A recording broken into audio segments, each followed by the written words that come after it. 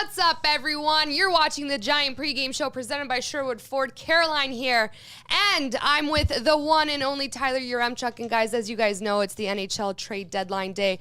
I just want to, off the top of our show, give my buddy, my pal, my co-host here, Tyler, a big shout out because he just did a, 4-hour show? Yeah, that was a doozy. 4-hour live show sitting here. And may I say, he quarterbacked that entire thing seamlessly, professionally, like a hockey insider. He was so good. He controlled the whole thing, and I'm so proud of him because, guys, it's not an easy thing to do. And let me tell you, the people on TV, we have an earpiece in our ear with people telling us in the control room, tee off this subject, move to this subject. This is what's happening. Tyler and producer Liam, also massive shout out to producer Liam, did that all on their own, and a big shout out, and I'm very proud, and I just had to do that at the top of our show, Tyler. You're very kind. You deserve it. I think the entire team, Daily Faceoff Oilers Nation, did a great job. Deadline day is like a Super Bowl of sorts in this industry, where you're kind of just throwing everything out there. So we had a ton of fun. It was cool. I've never really done anything like that. It was a long time to go live. My voice is kind of starting to give out on me a little bit, but I think I got enough in me to do a little bit of hockey talk here. Awesome stuff. Well, obviously you talked about it for 4 hours straight. Let's talk about the NHL trade deadline. Quickly off the top of our show, do you like everything that the Edmonton Oilers and Ken Holland did today? I actually do. I think, the Brett Kulak deal, you're giving up Lagesson. That's pretty much a salary move. And the second round pick, which, by the way, it'll either be a second rounder this year, but if the Oilers make the Stanley Cup final and Duncan Keith plays top 4 minutes in the first 3 rounds, it's confusing, I know, then the Oilers have to give up their second rounder this year to Montreal, which would mean it's actually Edmonton's second next year that goes in the Kulak deal. But basically, a second rounder in Lagesson for Kulak at 50% retained. So you had to give up a little bit more to get Montreal to keep some of that money. That was totally expected. Brett Kulak is a really good third pairing defenseman. I think Oilers fans are going to be pleasantly surprised at what he can bring to the blue line. I also think as a guy who plays defense first, and that's his mindset, I think he might even make an ideal partner for a guy like Evan Bouchard, and that allows Barry to play with Darnell Nurse. We saw them have some success over the last couple of years, and maybe you could even bring back Keith and Cece as your second pairing. I think the Kulak deal really gives you just 3 solid pairings that you can trust in different situations. So I'm a big fan of that move. And the Derek Brassard one, all you give up is a 4th, and again, same thing. I think just looking at the Oilers depth chart here, when Ryan Nugent-Hopkins is healthy, the Brassard acquisition allows you, one, it gives you insurance in case someone gets hurt. McLeod can now even play the wing where I think he looks more effective at times. I think this was a solid move. Well, it's great you brought up Nuge because Ryan in our Facebook chat says, is the Nuge injury worse than people think? Brassard's addition makes me think so. Maybe there's a little panic behind some Oilers fans with that acquisition in itself. I don't think it has much to do with that. I think this is just kind of a classic Ken Holland depth move. If you think back to that deadline when they loaded up with Athanasiou, they also went and gave up the 5th for Ennis, right? Mm-hmm. I think just adding that extra layer of depth, it's something that, maybe you don't end up needing it. Maybe Derek Brassard doesn't make a huge impact, although he's having a nice season in Philadelphia, and I do think he's an upgrade on a guy like Devin Shore, and that's not even necessarily a knock on Shore. He's been playing good hockey as of late, but I think Brassard maybe just has a little bit of a higher ceiling there. I don't see a reason to complain about it. I don't think it ties in much to the Nuge injury. I'm still expecting Nuge to play either Thursday against San Jose or against Calgary on the weekend. You got some love in the chat from Kylie. Tyler is on the grind today. And then from Will, the superstar is Tyler now. Good job, Tyler. That's very nice. You're feeling the love. And of course, guys, for producer Liam as well, because the shows would not be possible without him. All right, are you ready to, you want to move on from NHL trade deadline? Because you've been talking about it all day. Yeah. Is there anything else you want to say? Spiced Oil asked about my thoughts on missing out on Rickard Rakell. Rakell ends up going to the Pittsburgh Penguins for a second, 2 roster players and a prospect. It was expected. I love Rickard Rakell, don't get me wrong, would have loved to see him in Edmonton, but I certainly wasn't sitting here and expecting the Oilers to go make a big splash like that, and that's why I'm not overly disappointed with Kulak and Brassard being the 2 pieces that the Oilers add. I think the goaltending market was never going to be something Ken Holland was overly interested in, and he didn't have a ton of cap space to work with. You obviously want to see this team go all in, and I'm maybe a little bit disappointed they didn't find a taker for Josh Archibald either, but you would have loved to see a first-round pick go out the door and a big piece that really sparks the team come back. It just really wasn't going to be in the cards today, so I'm not while I'm frustrated that in year 7 of Connor McDavid, the Oilers aren't in a position where they can go all out and buy, I'm not disappointed in what happened at the deadline because we've kind of been getting groomed for this over the last couple of weeks. From Michael, do you think Legason had negative value in the transaction? I don't think he had negative value just because he's a young defenseman who he makes basically league minimum. He's passed through waivers a couple times, so it's definitely just, I think, a money part of this transaction. I think it's even a bit of a favor to William Lagesson. There was some talk that he had maybe asked out earlier in the season and was hoping for the Oilers to find him a new home, and I think this might have been one of those situations where the Oilers are negotiating a deal for Kulak. They want to get a contract off the books for the season, and Montreal says, hey, we'll take a flyer on that guy. We need warm bodies who can fill spots in the lineup for the rest of the year. So it wasn't negative value, but it certainly didn't add much, I don't think. All right, we got Douglas saying, I like what the Oilers have done, adding Kane, Brassard, and Kulak. Those are great additions. Getting Nuge back will help us as well. Goalie would have been nice, but I'm confident in this team.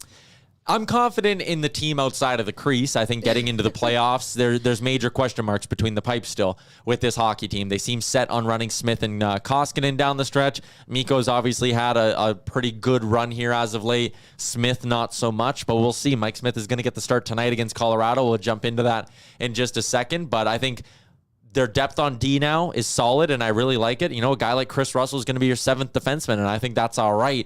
And then you go up to the forward group. I think when you look at the Pacific Division, the Oilers forward group is just as good as anyone. They're just as good as Calgary. I think they're just as good as Vegas because they're banged up, and they're probably better than the LA Kings as well. So they did a good job filling in some areas. I think all in all, this should be a playoff team here. Okay, awesome. Okay, let's recap the Oilers' last game, which was against the New Jersey Devils, and they won. This is their 5th game in a row for them, and this win marked the 4th time the Oilers swept a 5-game homestand. The other times it happened were back in 1985, 87, and 2015. The Oilers are 3rd in the Pacific and hanging on to that playoff spot. Tyler, another huge win for the Edmonton Oilers. Yeah, massive win, and a come-from-behind victory at that. For a while there, it wasn't really looking good, and we talked about how, last game of the homestand, you'd won 4 in a row. There maybe wasn't like a ton of pressure on the Oilers heading into this hockey game. And for a while there, they were kind of playing like there wasn't a lot of pressure on them. But they found a way to kind of rebound, and their offense comes through at the end. So 5 in a row, you don't really want to nitpick anything because, they've picked up 10 of the last 10 points. They beat Tampa. They beat Washington. They took care of the teams that they're supposed to. And they've suddenly put themselves in a really nice spot in terms of the playoff picture.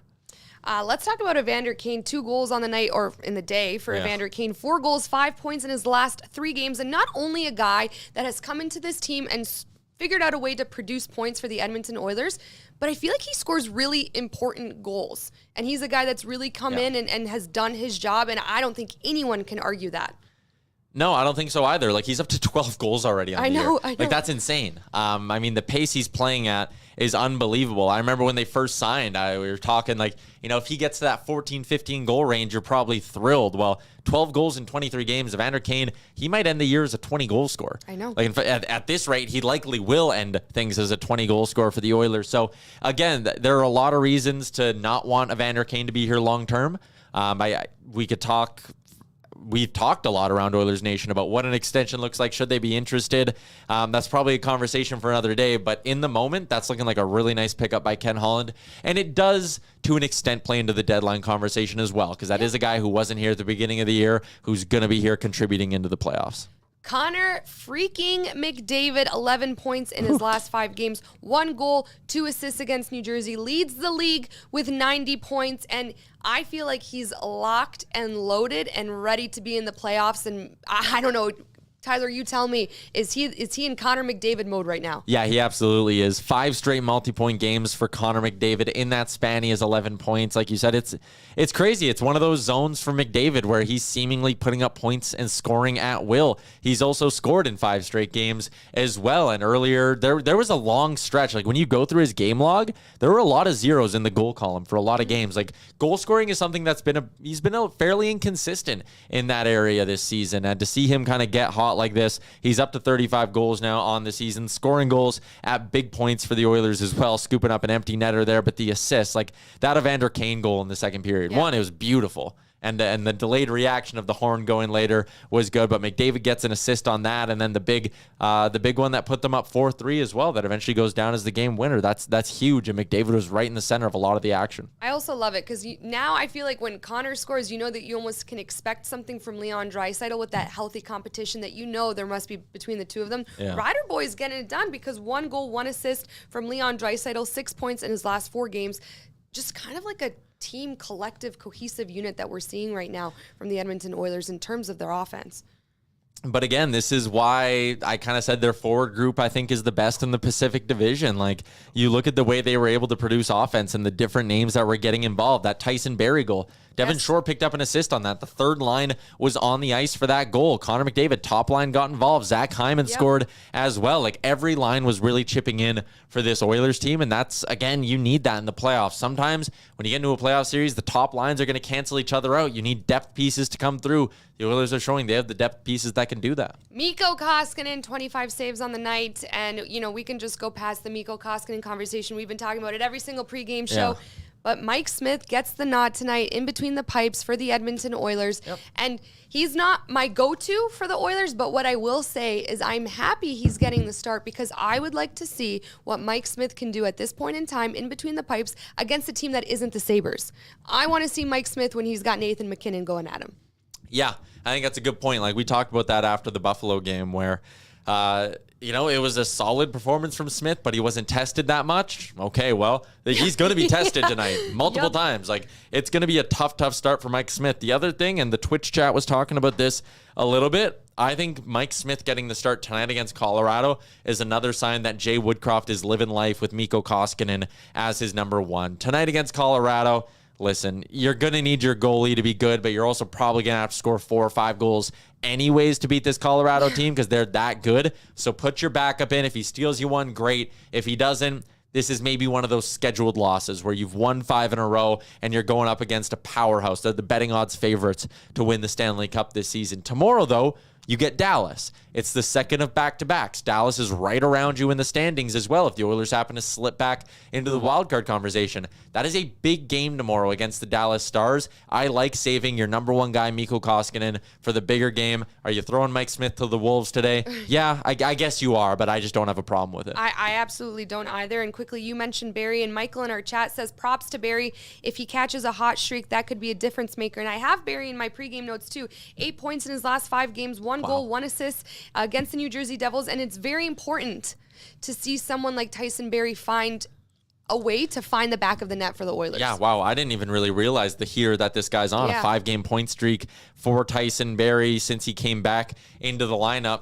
Playing pretty good here, and that's important for this team. We've talked about the need for the power play to get going. Well, having Tyson Barrie on his game is going to go a long ways in the power play getting going. So great to see T-Bear, as someone in the Twitch chat called him today. The Twitch chat absolutely is bumping right now as well. The Oilers, Barrie was one of those guys talked about in trade conversations. They're going to hold on to him. He needs to be a part of the solution here down the stretch. All right, everyone, it's time for the opposition report presented by Jagdburger because the Edmonton Oilers are taking on the best team in the NHL tonight. They are in Colorado, and the Avs are 44-13-5, coming off of 3 wins against the Flames, the Kings, and the Sharks. Obviously, some big-time players on this roster. Kadri, my heart as a former Toronto Maple Leafs fan has never recovered from Kadri leaving the Leafs. This guy is an absolute player from top to bottom. Obviously, Rantanen, Makar, McKinnon, the list goes on. This will be the Oilers are taking on a very elite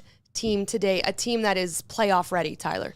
Yeah, and there's not a lot of weaknesses with this Colorado group. You go up and down the lineup. They are deep. They can score. They check well. They got a really, really good group of defensemen, and they're going to be going with Darcy Kemper between the pipes, and he's having a strong season. The Avs are second in the NHL in goals scored, 7th best goals against per game as well.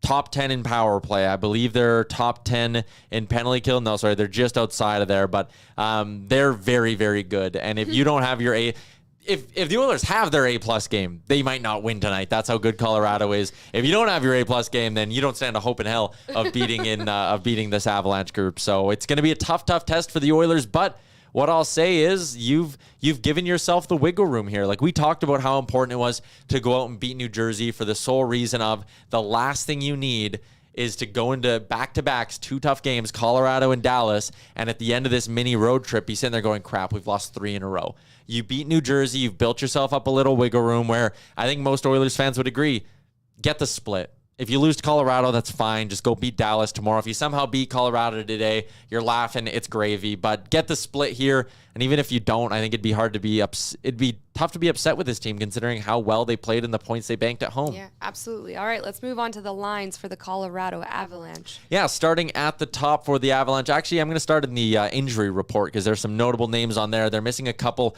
defensemen. Sam Girardi's an important piece of that blue line. Bowen Byram, the youngster, he's been out for a while. Some tough concussion issues for Byron. Gabriel Landeskog, though, is the biggest name on IR. He's not playing tonight, not playing the rest of the regular season, likely. So the top line is going to be Nathan McKinnon, who's got 9 points in his last 5 games, with Mikko Rantanen and Valeri Nichushkin. Nazem Kadri with Logan O'Connor and Andre Burakovsky. Nico Sturm, who they picked up a week ago in a deal with the Minnesota Wild that had Tyson Yost going the other way. Sturm centers the third line with JT Compher and Alex Newhook. Darren Helm with Nicholas Aube-Kubel and Curtis McDermott. He's a guy who isn't afraid to drop the mitts once in a while. The D pairings for the Avs, Devon Toews with the Norris Trophy favorite, Cale Makar, 6 points in his last 5 games.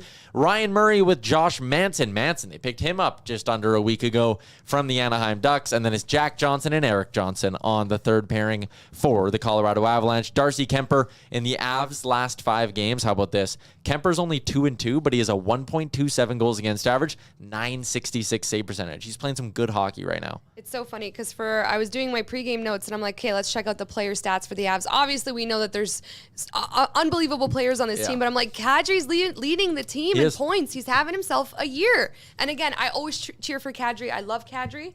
But definitely a guy that the Oilers need to look out for today among many. Yep. And just quickly, the Avalanche, they were busy today on deadline day as well. They gave up a pick and a prospect for Arturi Lehkonen from Montreal. They also acquired Andrew Cogliano, the former Oiler, from the San Jose Sharks. It's not expected that either of those two are going to be in the lineup tonight. I think Lehkonen would have a bit of a visa issue coming over from Montreal, and I can't imagine Cogliano is making the long flight just a few hours after the game. But the Avs were busy. They kept loading up ahead of the deadline. All right. Thanks, Tyler. And how about for the Edmonton Oilers? Are there any changes to our lines? Connor McDavid will center the top line with Kane and Yamamoto. No change there. Second line expected to stay the same as well. Draisaitl, Puljujarvi, and Hyman, although Jay Woodcroft did not hesitate to go to the blender. We saw Yamamoto drop down for a while. Puljujarvi got benched for a little, I believe, last game. And Zach Kassian was elevated up the lineup as well. Kassian rewarded for that scrap, I think, actually, is what Jay Woodcroft liked. Kassian showing some spark, showing some fight. His first game since getting that bubble off, and the guy drops the mitts, which honestly concerned me a little. I was watching the fight. I was like, don't get hit in the jaw. Don't get hit in the jaw. Like, why are you doing this, Zach? It doesn't make sense. But I think for Kassian, maybe that was one of those things where, like, he wanted to show everyone he can still do it. Yes. But the third line is going to be Shore, Fogle, and Ryan. They're still playing good hockey. Ryan McLeod, Brad Malone, and Zach Kassian is the fourth line. Josh Archibald, obviously not available. Unvaccinated, can't travel with the team down to the U.S. That's part of the reason why I was surprised they didn't move on from him. But Brad Malone, up from Bakersfield, he should be in the lineup tonight. And the D pairings, Nurse with Cece, Keith with Bouchard, Russell with Barry. Should be the same as last game until Kulak's able to check in with the Oilers. And starting tonight, Mike Smith. Last time out, 964 save percentage. He's going to need something similar to that tonight. I cannot wait for this game, and I don't want to jinx anything. I'm knocking on wood. No one come for me, but for some reason, I'm calm. I'm not freaking out about the game 5 today. wins in a row does that, though. I think the entire fan base should be feeling pretty calm. Like, there's enough going on today with the trades. That's given us stuff to talk about. And I just think if they lose tonight, it's definitely not the end of the world. And that's, again, when you get the points that you're supposed to, go look at the playoff picture again. Like, they've put themselves in a good spot here. They are now 2 points back of LA with 2 games in hand. They're 2 points up on Vegas with 2 games in hand. Like, these 2 points tonight, yes, they're important because 2 points is 2 points. But against Colorado, like, if you drop it, you're not sitting there being like, the playoffs are slipping away. No, you're fine. I think I'm excited for this game more so to see Mike Smith. I think this will be a game where I maybe have some faith, or I'm like, I've moved on, from my relationship. I think so. And I think, it's post-deadline now. And if Mike Smith doesn't play great tonight, if he doesn't play great, you excuse him maybe a little because it's Colorado. But if he has like a bad game, like if he gives up 5 goals in the first, I think you do. I think you do have to consider it now. The deadline's passed. You have to accept that if you're going to do something, Skinner's the guy who could give you a spark. Some people in the Twitch chat were pointing this out, and I want to make sure I give credit to who asked it. It might have been Genesis, might have been someone else, but they pointed out that the Oilers sent out a tweet 13 minutes ago, a little GIF saying waiting in the trade call queue, and that has some people wondering if maybe the Oilers had another trade. My best guess, we kind of heard the Oilers were done. They haven't officially announced the Kulak deal or the Derek Brassard deal. I think that's just the Oilers Twitter account saying that they're waiting to officially announce something. Okay. I don't think there's a third deal coming today. Okay. All right, and let's get to our bet of the game presented by PointsBet. I have a feeling, just a crazy hunch, that we're the underdogs on this one. And you would be correct. Plus 155 dogs. Big dogs. Colorado minus 186 on the money line. If you like the Oilers in regulation, very juicy. Plus 205. If you like the Oilers to somehow cover the puck line and win this game, plus 390. So pretty good payouts all across the board if you think the Oilers can win this game. If you think Mike Smith can have a good game on PointsBet, you can bet on him to go over 29.5 saves at minus 115. I don't think I really like that. Connor McDavid's been on a run. If you like him to pick up 2 or more points tonight, like he's done so many times, plus 155. That's actually a pretty good payout as well. For my bet of the game, though, I'm tempted to take the over. Like, it's set at 6.5, and I get that Kemper's played really good as of late, but the Oilers' offense is rolling. Mike Smith, you never know what you're going to get from him. The over at 6.5, that might be a pretty good spot. McDavid over 1.5, I think, is a good spot if you want to lay some money down. And I don't mind Jesse Puljujarvi's shot prop as well. It's set at 2.5, and it's paying plus 120. He hit it last game. I think he's going to start. I think he's going to keep getting better. I thought he was bad in his first game back from injury. I thought he looked a lot better against New Jersey. I think maybe he could take another step here tonight. Awesome. Well, I got a message from Kylie saying that she feels very calm about today, too. She went to go pick up some crystals. And let me tell you guys, the Seattle Kraken tweeted something about some magic crystals that they have. So I'm starting to wonder if they stole our mojo. So I think I need to go get some new, fresh crystals and take our power back. Maybe. They're on to us. Yeah. They stole our shtick. That's our bit. That's our bit. That's Tyler. Our whole flow, word for word, bar for bar. They stole our whole flow. I'm getting heated now. Someone asked me why my water bottle looks like pop. That's because I'm absolutely drinking a pop. I needed some caffeine. You should. It's so funny. Someone wrote here, Tyler looks grumpy, and I can 100% confirm that Tyler is not grumpy. This is the face of a hardworking man, ladies and gentlemen. That's all. Deadline day waits for no man. And it was a hectic one around the NHL, and we're still kind of seeing some deals trickle in. Frank was kind of saying that trade queue, again, it can take up to like 20 minutes for a deal to get approved by the NHL, and they kind of go, it's weird that they do this, but they kind of go like one at a time for the most part. Yeah. So again, that Brassard deal, we might not get the Oilers officially announcing that until like 4:30, 5 o'clock tonight. Yeah. All right, anything else to add, Tyler? Are we wrapping up here? I think we're wrapping up. Ken Holland's going to speak to the media soon, so keep it locked on Oilers Nation because our boy Bagged Milk is going to be live tweeting that. Shout out to our friends at Yegburger as well. If you think I'm cooking tonight, you are dead wrong. Yegburger on my way home, poutine burger, Kit Kat milkshake. Those are their items of the month. Shout out to Yegburger. Oh, my gosh. All right, everyone, this has been your Giant Pregame Show presented by Sherwood Ford. Tyler, producer Liam, Caroline.